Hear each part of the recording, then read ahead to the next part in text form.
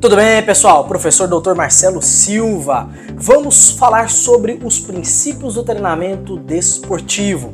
E vale ressaltar que estou dando início efetivamente a um quadro chamado Descomplica Educação Física. Aqui vou falar e vou gravar vídeos que têm maior direcionamento para você que é acadêmico de educação física. A linguagem vai ser mais adequada a você. Os conteúdos, as disciplinas que vou abordar, elas são relacionadas à graduação. Haja vista que eu possuo 7 anos como professor regular da graduação do curso de Educação Física. E resolvi fazer esse quadro na tentativa de facilitar a sua assimilação em relação a diversos conteúdos. Então, sem mais delongas, bora comigo! Na aula de hoje, nós vamos conversar sobre os princípios do treinamento esportivo. E vale ressaltar aqui, com relação aos princípios, eu não estou falando daquilo que você vai utilizar na sala de musculação. Eu estou falando de você que atua, que faz estágio em escola de natação, escola de judô, de jiu-jitsu, de futebol. Tudo aqui ele é voltado para o aspecto do treinamento desportivo dessa respectiva aula. Vou falar também em outros momentos de fisiologia, vou falar em outros momentos de medidas e avaliação, dentre outras disciplinas, evidentemente, as que eu possuo domínio, claro. Os princípios que nós vamos abordar são os princípios adotados e levantados por Dantas em 2014. Neste primeiro momento eu vou fazer um apanhado geral dos respectivos princípios e em outras aulas nós vamos debatendo por partes. Tudo bem? Então, o primeiro princípio do treinamento desportivo se refere ao princípio da individualidade biológica. Vale ressaltar que é ideal que você não confunda a individualidade biológica com variação anatômica.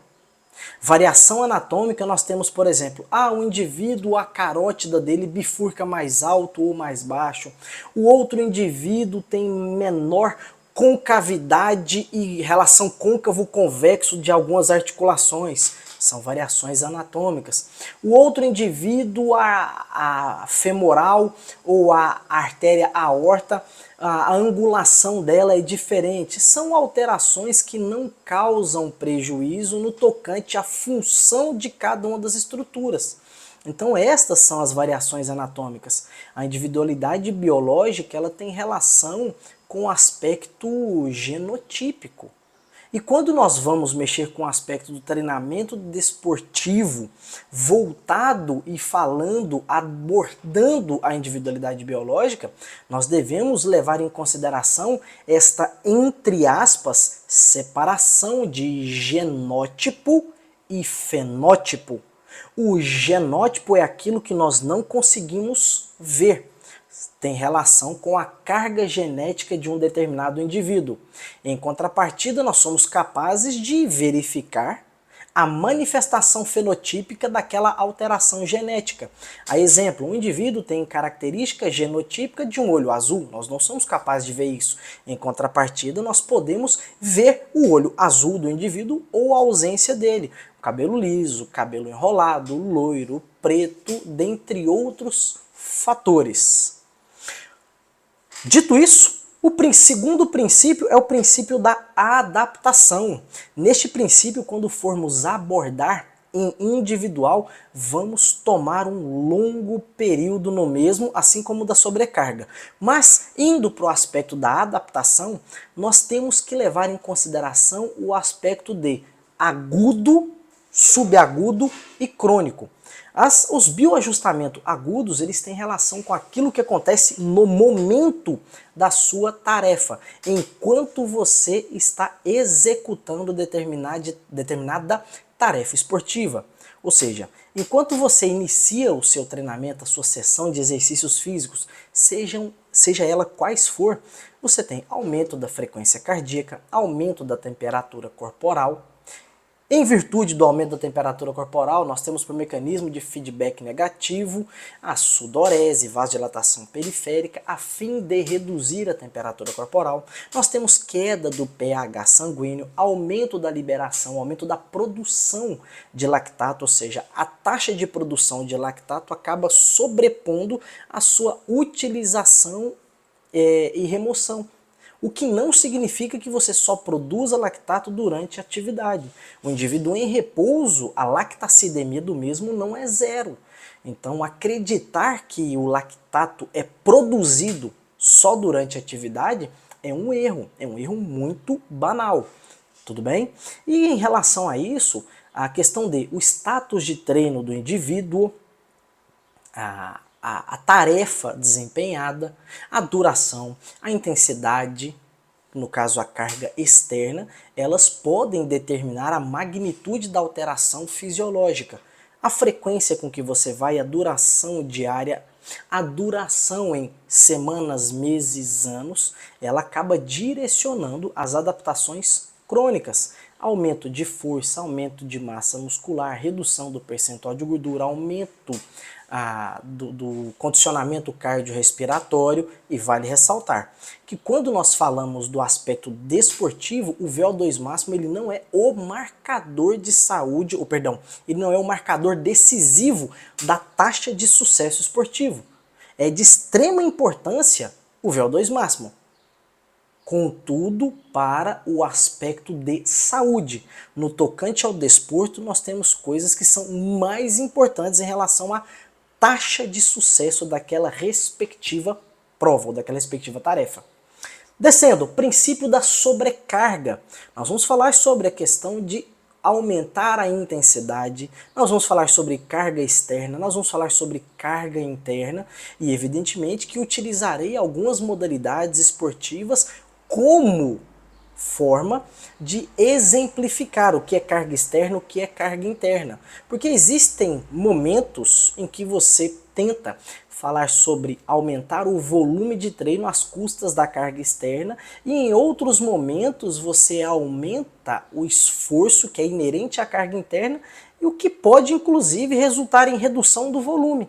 Mas o esforço não necessariamente cai na mesma proporção. Então nós vamos fazer essa respectiva separação, tá? Que inclusive o desconhecimento inerente à carga externa e carga interna faz com que vários profissionais de educação física cometam vários equívocos quando os mesmos querem fazer a prescrição. Desde o treinamento de força na sala de musculação. E vale ressaltar que quando falamos sobre treinamento de força, musculação, nós estamos falando de exercício físico, não é esporte. É exercício físico, a musculação não é esporte, a musculação é um exercício. Vamos falar sobre o princípio da continuidade, tá? Por qual motivo? A cessação, a interrupção da continuidade do seu programa de treinamento, seja ele qual for, pode impactar em relação à questão da reversibilidade. Você pode perder aquilo que você conquistou durante semanas, meses, anos a fio de treinamento. Evidentemente, quanto maior for o período que você permaneceu, maior tende a ser o tempo necessário para que você perca aquelas alterações conquistadas há vários anos de treinamento. Contudo, é possível que você perca praticamente todas, a depender do período que você interrompeu o seu programa. Independente de qual seja, é possível que você reduza a sua força, a sua potência, a sua velocidade, a sua agilidade, a sua flexibilidade, o seu equilíbrio. Se você pegar hoje ex-ginastas, elas tendem a não conseguir fazer os movimentos com a mesma destreza que faziam, enquanto praticavam, enquanto treinavam. Então é importante que haja continuidade. Vamos falar da interdependência entre volume e intensidade, mas não é necessariamente que você aumenta o volume e a intensidade cai na mesma proporção. Isso não é uma via de regra. Em contrapartida, à medida que você vai aumentando o volume, é muito pouco provável que você consiga sustentar a mesma intensidade.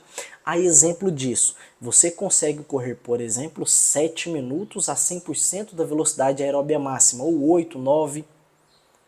Contudo, é muito pouco provável que você vá conseguir correr por 35, 40 minutos na mesma respectiva intensidade.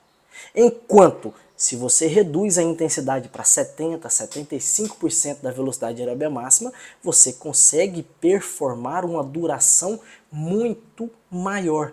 E eu vou inclusive ensinar neste quadro de Descomplica a Educação Física algumas formas de se mensurar e se treinar algumas valências físicas. E vamos falar também do princípio da especificidade.